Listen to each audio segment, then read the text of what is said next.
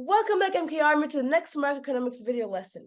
Today, we're going to be going over some of the exam questions from the last year's exam, and particularly covering consumer choice part of it. If you want to see the full exam, check out our Google Drive folder with all the exams from previous years. And if you have any questions, shoot me a message and I'll answer in no time. All right, let's get on to it. So for the first question, we consider the utility function u ax plus by, and the marginal rate of substitution is a constant, b strictly increasing, c a minus b, or d none of these answers. So let's take a look at my iPad screen to solve this problem. So we're given this information here, and now we need to find the marginal rate of substitution. And so let's write the formula again for marginal rate of substitution, just to remember. It's the change in x over the change in y. And so first of all, we need to derive the whole equation in terms of x. So to do that, we have ax plus by, and so we have to treat by as a constant. And so when we're deriving the constant, if you remember, we just have 0, so just by disappears, and on top we have a remaining, because when we're taking the derivative of ax, we only have a, so that will be our numerator. And for the denominator, we do the same thing, but for y. Now we assume ax is a constant that simply disappears, that becomes 0, and we have b remaining when we derive by. So our marginal substitution is simply a over b, which means that our correct answer to the question is actually a. So we see that it's constant, as a over b will give us a constant in the end. Now moving on to question 2, consider that A and B are two complementary goods, and this implies that A price is elastic, B price is inelastic, and C, the MRS is increasing, D, the MRS is decreasing, and E, none of these answers. So right away, we can eliminate answers A and B, because we don't know anything about price elasticity in this question, because remember, price elasticity is the responsiveness of the quantity demanded to change in price. In this case, we're just given the information that two goods are complementary goods, but we don't know, there's no information on the changes in quantity or price. And so we don't know how responsive it is, so we cannot answer it with these two answers. A and B are wrong. While C and D, again, it's also not directly linked to this question, because the MRS, the marginal rate of substitution, it is negative, it is decreasing. However, in this case, we're simply given information that they're two complementary goods, so there's nothing on marginal rate of substitution. And we just, we know, for instance, for a fact, for complementary goods, is that when the price for good A increases, our demand for good B decreases, and that's how we know the two complementary goods. And so that could be the right answer, but we don't. There's no answer like this. So the correct answer is actually E, none of these answers. Now moving on to a word problem. Now we consider that the utility function of an individual is given by the following function, and let P1 and P2 respectively denote the unit prices of X1 and X2. And so, and the individual's income is Y. So the first question is, give the equation of the income consumption curve. Then we need to derive the optimal level of consumption, and also denote the demand functions of X1 in terms of P1, P2, and Y, and the same goes for X2. Then we'll need to determine the angle curve for each good, and then there's extra information given, and we'll get onto it in a second. So let's look at my other screen now. All right, so to answer the first question, we simply need to write the equation of the income consumption curve, which is the same as the budget line, the budget curve. And so, as we also briefly talked about is in the previous in the consumer choice lesson, the budget line, the function can be derived as the following function here. And so we see that, okay, X1 is our demand for good 1 times P1, the price for good 1, and then same plus X2, our demand for X2, times the price of P2 of X2, which is P2. And this equals to our income, which is Y, and we're fully allocating our income to these two goods. Now for question 2, We need to find the optimal level of consumption. So we're given this utility function, and we need to find the marginal rate of substitution. So first of all, remember the formula. We have marginal rate of substitution, which equals the price ratio. Our price ratio is simply P1 over P2. It remains the same. However, our marginal rate of substitution is a bit more complicated. There's a lot of math involved. I'll try and take you step by step, so stay with me. If you have any questions, feel free to shoot me a message and I'll answer as soon as I can. But let's just quickly go over the math part of it. But we're basically, in our numerator, we're deriving our x1. In our denominator, we're deriving our x2. So maybe you could also review some of the basic rules of derivatives. But here, what we're doing here is we're taking, so that we're deriving x1. So our exponent goes down, so 0.3 goes down here, and we're subtracting 1 from 0.3, and we have negative 0.7 left, and our x2 remains the same. And then the same goes for our denominator.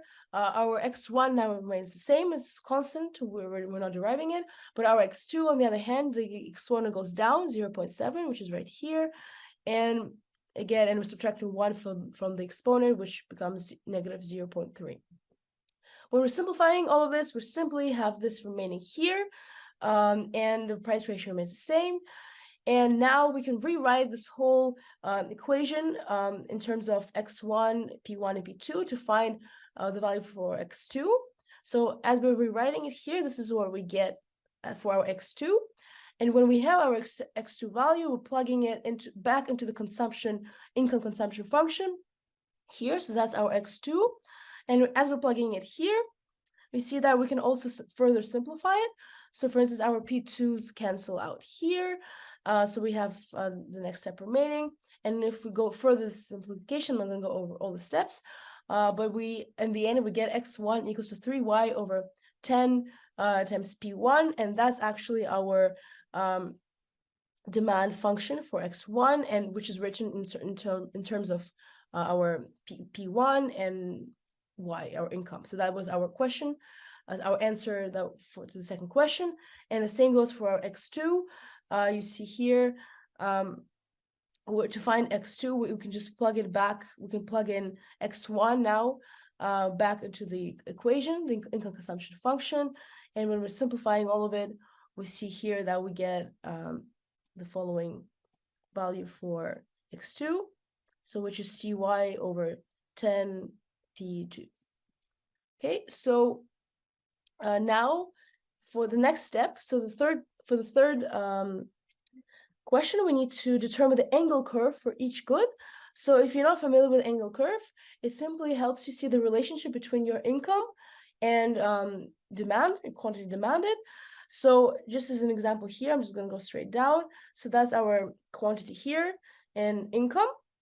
So, and it helps to determine actually whether you have a normal or inferior goods. And for instance, as our income increases and our quantity demanded also increases, we have a normal good. And if it's the other way around, if there's a negative relationship between income and quantity demanded, so as our income increases and our quantity decreases, then we have an inferior good. So in this case, what we just need to see, we can just check whether this good is, whether these two goods are normal goods. And to do that, we can just say, okay, suppose P1 is 3 and P2 is 1. And when we just plug them into the demand functions that we found previously for x1 and x2, when we plug them in, we find the following values for y. So this is our two incomes. So for the two goods, and we see that they're both negative. They're both positive. So if our income is positive and our quantity demanded is also positive, we see that the normal goods, so we have positive slopes for both goods for the angle curve for x1 and x2. And so we can say that both goods are normal goods. And lastly, for question 4, I'm just going to read out the question again. So suppose that initially the prices are P1, for both P1 and P2 are 1 now, and the income is 32. So now we're giving the following information. So calculate the total effect on the demand for good 1 of a decrease in P1 from 1 to 1.5 and comment the results. So again, let's just go over it step by step. So now we're giving the following information, and we can just plug it into the following demand curves that we have. So this is remember we found our demand for X1 and X2, and since now we know our value for income and price, we can determine the values for the actual demand. So we see that for X1 we get 9.6, and for X2 we get 22.4. So we're using, again, just to show you again, we're using these two functions, these two equations. We're plugging in the value for y and we're plugging in the value for P1, and same goes here. And as we're plugging them in, we're getting the following answers. Okay, but now we're saying that for good one, there's a decrease in price from P1 to from 1 to 1.5. So now we're saying so our P1 becomes 1.5. So in this case, what we have to do is that since our price changed, our price ratio will change too, right? So using this equation that we found earlier here, this one right here, oops, right? So this part it's still the same on the left-hand side, the margin rate of substitution. However, our price ratio will be different because now our P1 is 1.5. So now we have for P1, which is 1.5, over P2, which is still 1. So that's how we get this part here. So now our price ratio is just 1/2, 1.5. So that's our change. So now we have a new demand function for X2 and X1, and we see that we can rewrite it, and so X2 now is 7x1/6. So if we simplify it and solve for X2, so now the new income consumption curve. So when we solve for it now, because again our price changed, so we have to plug in 1.5 now for our P1. As we're rewriting we're simplifying the equation, we get now the new value for X1. So the new demand for X1, and which is 19.2. And notice how it's actually twice as much as the original demand, which was a 9.6, which makes sense because our price is now half of the original price, because it used to be 1 and now it's 1.5. So now, as the law of demand states, so now as we have a decrease in price, our quantity demanded increases. So now we're substituting more. So now we have more of X1 for good one. So now it's 19.2. So now we can compare the utility levels, actually, so because we also need to comment on our final utility. And we see, so our initial utility, it was simply 9.6, which is our original, so that's our X1 here, times our 22.4, that's the X2 value, and that's the utility we have, 17.4. But for our second utility now, since we have a new value for X1, we're multiplying 19.2 times, and this is still 22.4 because we didn't change the price for X2. And so we have our new utility at 21.4, which is greater than our first utility. And actually, to graphically show it right here, let me just write this here. So this is our 22.4. This is for our X2, good 2. And initially, so we had our at the utility 1, at this value we had 9.6 for X1. But since our price decreased to 1.5, now this demand is increased to 19.2. So there's an increase in both utility, and so we changed our allocation of our budget, how we decide to spend our budget. And since now we have more budget, so we have more disposable income to spend on goods and services because of this decrease in price. We have a shift of the budget line, so you can see that it shifted now to this point right here. And now the utility as well, it increased from U1 to U2. So here we see that with a price decrease for good 1, the total utility increases as U2 is greater than U1. So 21.4 is greater than 17.4. So, and we can say that the total effect It's the difference between a 19.2 and 9.6 here. So the total effect is actually 9.6. So it's twice the original x value for x1. So the total effect is 9.6. Thank you very much for watching. Check out the rest of our videos in our drive for more exam type of questions, exercises, and more solutions. And if you have any further questions, send me a direct message and I'll answer right away. And I'll see you later.